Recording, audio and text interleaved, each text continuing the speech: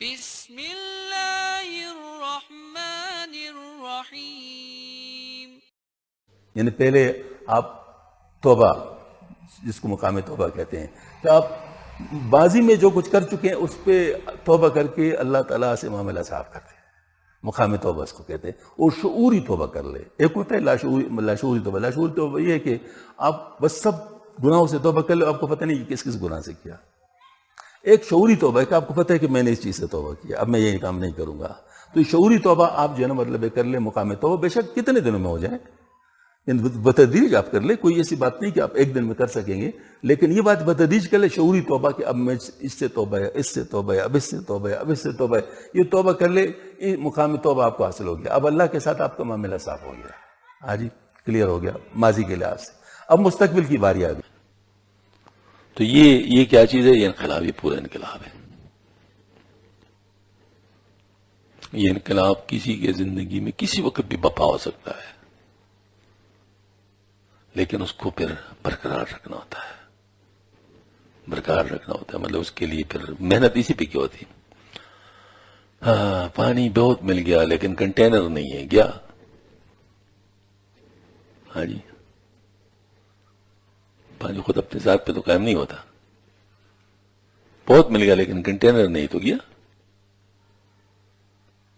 تو اسی طریقے سے اس کو کنٹین کرنے کا کوئی نظام ہونا چاہیے. ٹھیک ہے نا؟ یہ ہے مقام انابت. سمجھ میں آ گئی نا بات؟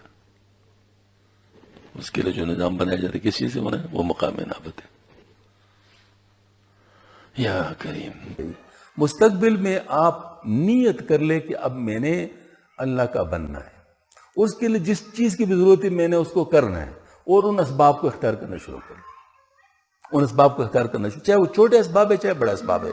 اس کے لیے کسی نگران کی ضرورت ہوگی، تو اس کی نگرانی میں مطلب یہ آپ نے کام شروع کرنا ہے. تو اس کا پہلے کام کیا ہے؟ سستی کو دور کرنا. بہت سارے کام ہمارے خراب ہوتے کس چیز سے؟ سستی سے. اگر فجر کی نماز رہتی تو کس وجہ سے؟ سستی کی وجہ سے. اگر مطلب مثال کے طور پر علم دین حاصل کرنے میں رکاوٹ ہے تو کس وجہ سے؟ سستی کی وجہ سے. اس طریقے سے مطلب کوئی بھی دین کام میں ہم رہ جاتے ہیں تو کس وجہ سے؟ سستی کی وجہ سے. تو سستی کو دور کرنے کا ذریعہ کیا ہے؟ اپوزٹ. وہ کیا ہے؟ ریاضت. مقام ریاضت. مقام ریاضت مطلب یہ ہے کہ آپ کے حضرت فرماتے سستی کا علاج چستی. حضرت عامر رحمۃ سے فرماتے سستی کا علاج چستی. مطلب جن جن چیزوں میں آپ کی سستی ہے، آپ جو ہے نا مطلب ہمت کر کے اس کو آپ کر گزریں. ٹھیک ہے نا؟ اور جس وقت آپ ہمت کرنا شروع کر لیں گے تو پھر اللہ پاک کی طرف سے مدد آتی ہے. والذین جاہدوا فینا لنہدینہم سبلنا. تو اللہ پاک رستہ پر دیتے ہیں.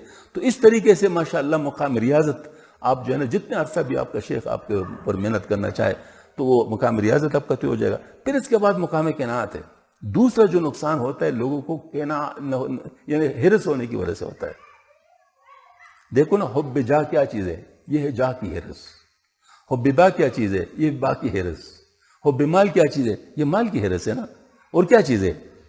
تو اس میں آپ یوں کر لے کہ قناعت مقام قناعت حاصل کرنا ہوگا. مقام قناعت میں بعض دفعہ ایسا ہوتا ہے کہ آپ کے پاس سب کچھ ہوں گی لیکن آپ کو کہہ دیا کہ اس کو استعمال نہیں کرنا.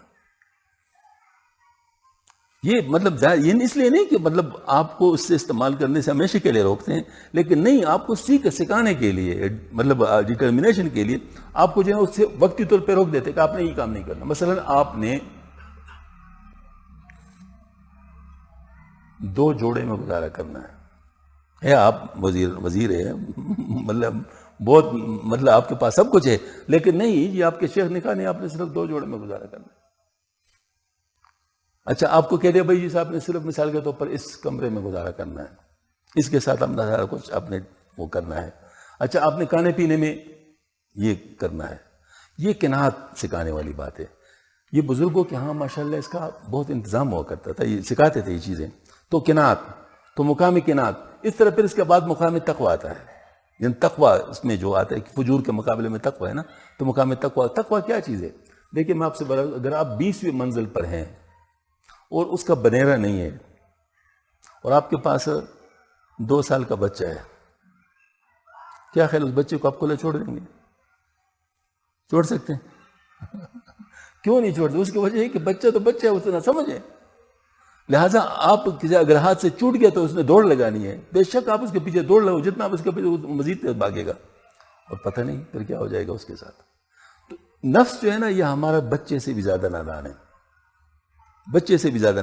بچے میں کچھ نہ کچھ شعور ہوگا، نفس بالکل اپنے مطلب اس کے بلے اور فائدے کو نہیں جانتا۔ ہاں جی، یہ صرف اپنی خواہش کو پورا کرنا جانتا ہے اور کچھ بھی نہیں جانتا۔ تو آپ نے نفس کے اوپر پورا گرپ لگانا ہے۔ کیسے گرپ لگانا؟ کہیں یہ گناہ نہ کر لے، کہیں یہ گناہ نہ کر لے، کہیں یہ گناہ نہ کر لے، یعنی آپ اس کے سارے راستے بند کرنے ہیں گناہ کے۔ یہ مقام تقویٰ ہے، ٹھیک ہے نا؟ آپ مقام تقویٰ اس طریقے پر مقام صبر ہے، یعنی صبر کا مطلب جو ہے نا حاصل کرنا، کہ آپ یوں کر دیں کہ آپ کو ایک ڈیوٹی ملی ہوئی ہے اور اس میں آپ کو کافی ایگزرشن ہے، یا مطلب یہ ہے کہ آپ کو کچھ چیزیں برداشت کرنی پڑ رہی ہے، لیکن آپ کہتے ہیں بھائی میں نہیں کرنا ہے، مطلب میں نے اس کو چھوڑنا نہیں ہے۔ یہ صبر ہے۔ روزہ کیا چیز ہے؟ صبر ہے۔ نماز یہ بھی صبر ہے نا، مطلب مثال کے طور پر خارش ہو رہی ہے لیکن کہتے ہیں بھائی جو امر کثیر ہے اس کو نہیں کرنا، امر کثیر نہیں کرنا۔ میں آپ کو اس پر ایک عجیب واقعہ سناتا ہوں۔ میں حرم شریف میں تھا، یہ ہے نا مطلب نظام رحمت کی طرف، ایک صاحب کھڑے ہو گئے، نماز میں کھڑے تھے۔ میں بڑا حیران ہو گیا کہ پہلے تو اس نے دستار کو اس طرح کھولا، پھر اس کے بعد بند کر دیا نماز کے اندر، ہاں جی، پھر جیب میں ہاتھ ڈالا اور جیب سے ہاتھ نکالا، ہاں جی، پھر کبھی اس طرح کرتے، کبھی اس طرح کرتے، کبھی کیا۔ میں نے کہا پتہ آخر کرنا چاہیے، کیا چاہتا ہے۔ اب میں اس کو گور گور کے دیکھ رہا ہوں تو میرے ساتھی حاجی عبد المنان سب کچھ جانتے نا، اس نے مجھ سے پوچھا کہ کیا مسئلہ ہے۔ میں نے کہا میں کہتے اس کے بعد دیکھو۔ میں نے کہا اللہ خیر، پھر ناچے گا کیا کرے گا، جو کچھ تو اس نے کرنا تھا وہ تو کر لیا، اب اس کے بعد یہ مزید کیا کرے گا۔ ہاں جی، خیر بہرحال ایسا ہوا کہ جس وقت نماز مکمل ہو گئی، بالکل آرام سے بیٹھ کے، نہ اس کو خارش تھی نہ اس کو کچھ مسئلہ تھا۔ حیران ہو گیا میں نے کہا کہ حیرت کی بات تو یہ ہے کہ اس کو ساری خارش نماز میں ہو رہی تھی، نماز کے بعد اس کو کچھ نہیں ہو رہا۔ سمجھ میں آ گئی نا بات؟ بس یہ چیز ہے، تو اس کو سیکھنا ہوتا ہے، صبر کو، ٹھیک ہے نا، صبر کو سیکھنا ہوتا ہے۔ یعنی باہر آپ کو اگر تکلیف بھی ہے، نماز میں آ کر آپ اس کو برداشت کریں۔ مطلب یہ کہ نماز میں چونکہ اللہ کے سامنے کریں، یقین جانیے اگر نماز کو کسی نے جان لیا کہ نماز ہے کیا، ایک تو وہ نماز کا باقاعدہ انتظار کریں گے کہ نماز کا وقت آ جائے میں نماز پڑھوں، اور دوسرا بات یہ کہ نماز سے وہ اتنا فائدہ حاصل کرے گا میں آپ کو کیا بتاؤں۔ ہاں جی، یعنی آپ دیکھیں نماز میں آپ اللہ کے سامنے کھڑے ہیں، یعنی آپ نے جس وقت اللہ اکبر کے تکبیر تحریمہ ہے نا، یہ آپ نے دنیا کو پیچھے ڈال دیا۔ ہاں جی، اب دنیا کے ساتھ آپ کو کوئی تعلق نہیں ہے۔ ہمارے شیخ مولانا اشرف صاحب مطلب فرماتے تھے کہ دیکھو آپ کے پاس ہی کوئی بیٹھا ہو اور اچانک کہے السلام علیکم، السلام علیکم، پاگل ہو گئے ہو، کیا کر رہے ہو، ابھی بیٹھے تھے آپ کو کیا ہو گیا۔ لیکن کہتے ہیں نماز کے اندر ہم یہی ہر وقت یہ کرتے ہیں کہ بیٹھے ہوتے ہیں اور پھر سلام بھی پھیر لیتے ہیں سب کے بعد، تو اس کا مطلب ہم ادھر نہیں تھے نا، یہ سلام کیوں پھیر رہے ہیں؟ اس کا مطلب کہیں اور تھے، اب یہاں آ گئے، اب واپس آ گئے، ہم دوبارہ دنیا میں واپس آ گئے، ہم دنیا سے چلے گئے تھے۔ تو اگر یہ چیز ہم سیکھ لیں کہ ہم نماز کے اندر ماشاءاللہ کہاں ہوتے ہیں، تو ایک تو سبحان اللہ، یہ تو بہت بڑا موقع اللہ پاک ہمیں دیتا ہے 5 وقت کا کہ ہم اللہ پاک کے پاس ہوں۔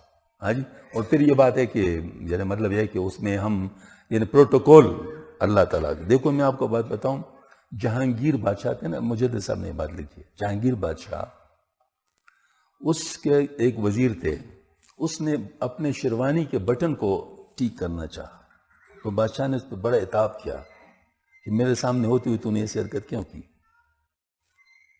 میرے سامنے ہوتی ہوئی۔ انہوں نے کہا کہ اس سے شرم نہیں آتی اب لوگ کو کہ اللہ کے سامنے کھڑے ہو اور آپ، سمجھ میں آ گئی نا بات؟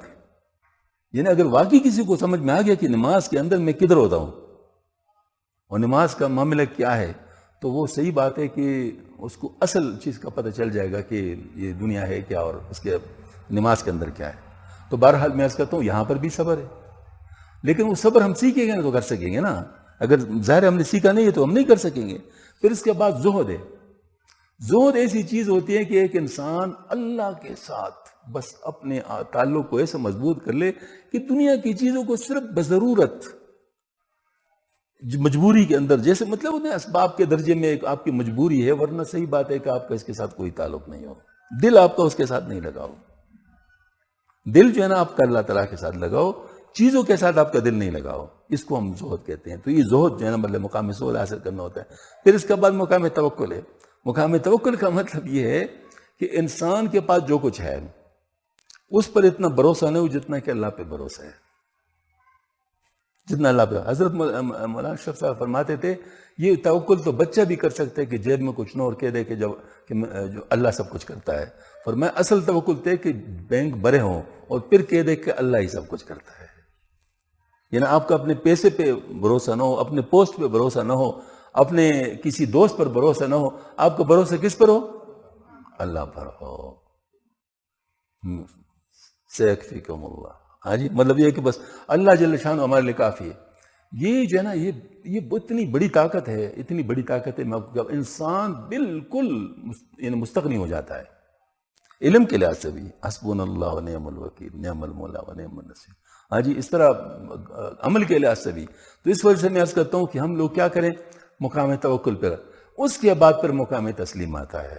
مقام تسلیم یہ حضرت مجاہد صاحب نے فرمایا کہ اس وقت آدمی واقعتاً مسلمان ہو جاتا ہے، کیونکہ اسلام کی بنیاد کیا ہے، یعنی مطلب کیا ہے کہ اللہ کے سامنے غیر مشروط طور پر سلامی ہو جانا، اس میں اپنی کوئی نفس کی خواہش کو درمیان میں نہ لانا، بس اللہ اللہ اور اللہ کا جو حکم ہے اللہ کا حکم ہے، اب اس کے بعد میرے پاس کوئی اور بات نہیں رہتی، ٹھیک ہے نا۔ تو یہ مقام تسلیم ہے۔ پھر اس کے بعد مقام رضا آتا ہے، اور مقام رضا میں یہ ہوتا ہے کہ آدمی کی مطلب ہر خواہش وہی بن جائے جو اللہ تعالیٰ کی خواہش، مطلب جو اللہ پاک چاہتا ہے وہی وہ چاہے، یہ مطلب یہ اس کا ہے۔ ایسے لوگوں کو پھر اللہ نفس مطمئنہ عطا فرماتے ہیں۔ یہ قرآن پاک سے ثابت ہے، یا ایت النفس المطمئنہ ارجعی الی ربک راضیۃ مرضیہ فادخلی فی عبادی وادخلی جنتی۔ اے مطمئن نفس، لوٹ جا اپنے رب کی طرف اس حالت میں کہ تو اس سے راضی، وہ تجھ سے راضی ہے، تو اس سے راضی ہے، وہ تجھ سے راضی ہے۔ یعنی مطلب پہلے مجھے راضی ہونا پڑے گا، پہلے مجھے اللہ سے۔ اچھا میں آپ کو ایک بات بتاؤں، عموماً لوگ اس میں غلطی کر لیتے ہیں۔ ہمارے گرانے میں ایک عورت تھی، بہت سادہ، بہت مطلب سادہ عورت تھی۔ ان کا یہ ایک زبان پہ یہ بات جاری ہوتی تھی، اے اللہ میں تجھ سے راضی ہوں، مجھ سے راضی ہو جا، اے اللہ میں تجھ سے راضی ہوں، مجھ سے راضی ہو جا۔ تو ہمارے گھر کی خواتین کو کہتی ہے کیا بات کر رہی ہو، یہ اللہ پاک سے تو راضی ہونا چاہیے۔ تو میں نے گھر کی خواتین کو روک دیا، میں نے کہا ٹھیک کہتی ہے، وہ اللہ سے راضی ہو، تم کہتے ہیں راضی ہونا چاہیے، چاہیے میں اور ہونے میں بڑا فرق ہے۔ وہ تو اللہ تعالیٰ سے راضی ہے، اور وہ غریب خاتون تھی لیکن اس کے گھر پہ سارے لوگ کھاتے تھے، جو اس کے پاس ہوتا لوگ مطلب جو ہے ان کے لوگوں کے سامنے ہوتا تھا۔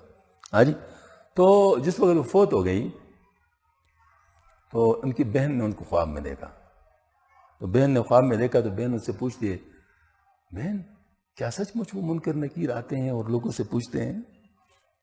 ہاں جی، مطلب پوچھے، ظاہر مطلب خواب میں تو انسان کچھ بھی۔ تو انہوں نے کہا ہاں ہاں میرے پاس بھی آئے تھے، مجھے بٹھا دیا تھا، پھر کہا چلو چلو سو جاؤ، ہم تم سے نہیں پوچھتے۔ ایسے لوگ کے بارے میں ہیں۔ میں نے کہا یہ اس چیز کا اس کو نعمت مل گیا کہ جو میں تجھ سے راضی ہوں تو مجھ سے راضی ہو جا۔ بہت بڑی بات ہوتی ہے اللہ پاک سے راضی ہونا۔ دیکھو اگر اللہ پاک سے کوئی راضی ہے تو مجھے بتاؤ حسد کیوں کرتا ہے؟ کیا حسد کا تصور ہو سکتا ہے اگر کوئی اللہ تعالیٰ سے راضی ہو؟ بھئی جو مال اللہ پاک نے کسی کو دیا وہ تجھ سے لے کے تو نہیں دیا، اپنے طرف سے دیا نا، تو تجھے کیوں اس پہ اعتراض ہے؟ حسد کیا چیز ہے؟ یہی چیز ہے نا۔ تو اس کا مطلب ہے کہ یعنی ہم لوگ اللہ پاک سے واقعی صحیح معنی میں راضی ہو جائے تو بس کام بن گیا، پھر اللہ بھی ہم سے راضی۔ کیسے راضی میں آپ کو بتاتا ہوں۔ اللہ پاک کا ایک خود اپنی طرف سے اس نے قانون بنایا اپنے لیے، اور وہ قانون کیا ہے؟ جو میری طرف ایک بالش برائے گا میری رحمت اس کی طرف دو بالش جائے گی، جو میری طرف ایک ہاتھ آئے گا میری رحمت اس کی طرف دو ہاتھ جائے گی، جو میری طرف چل کے آئے گا میری رحمت اس کی طرف دوڑ کے جائے گی۔ ہے یہ بات۔ اچھا اب مجھے بتاؤ کہ ہم اللہ سے راضی ہوں تو پھر اللہ کیا ہوگا؟ آٹومیٹکلی، مطلب یہ کوئی اس میں درمیان میں کوئی اور بات نہیں ہے، اللہ پھر ہم سے راضی ہوں گے۔ تو بس یہی چیز ہم سیکھیں۔ تو یہ 8-10 مقامات جو ہے حضرت فرماتے ہیں، اس کی ہمیں مشق کرنی چاہیے، اس کی ہمیں کوشش کرنی چاہیے، پھر ہماری زندگی اتنی زبردست اور خوشگوار زندگی ہے کہ ایک ایک لمحہ ہمارا الحمدللہ اللہ پاک کو راضی کرنے والا ہوگا، ایک ایک بات پہ ہم اللہ پاک کو راضی کریں گے. ہاں جی، اسی کے لیے مطلب جو ہے ساری محنتیں. اب اس کو اگر کہا جائے، بعض حضرات فرماتے ہیں نا کہ بھئی یہ تصوف کیا بلا ہے اس میں سے. ہاں جی، تصوف یہی ہے. اس میں حضرت مجدد صاحب رحمۃ اللہ نے تمام چیزوں کے بیان کرنے کے بعد آخر میں جو بات فرمائی ہے وہ کیا بات فرمائی ہے؟ فرمائی ہے کہ دیکھو 3 چیزیں ہیں جس کا میں نے ابھی پہلے ذکر کیا. علم ہے، عمل ہے، اخلاص ہے. علم ہے، عمل ہے، اخلاص ہے. اصل مطلب یہی 3 چیزیں ہیں. علم کے ذریعے سے پتہ چلتا ہے، عمل کرنا پڑتا ہے، اس میں اخلاص ضروری ہے. ٹھیک ہے، یہ 3 چیزیں ہیں. ان 3 چیزوں کے کرنے کے لیے اپنے اندر جو تبدیلی لانی ہے اس کا جو نظام ہے وہ تصوف ہے. بس اس سے زیادہ تصوف کچھ بھی نہیں ہے. اگر اس کے علاوہ اگر کوئی تصوف سمجھتا ہے تو ہم اس کے قائل نہیں ہیں. ہم اس کے قائل نہیں ہیں.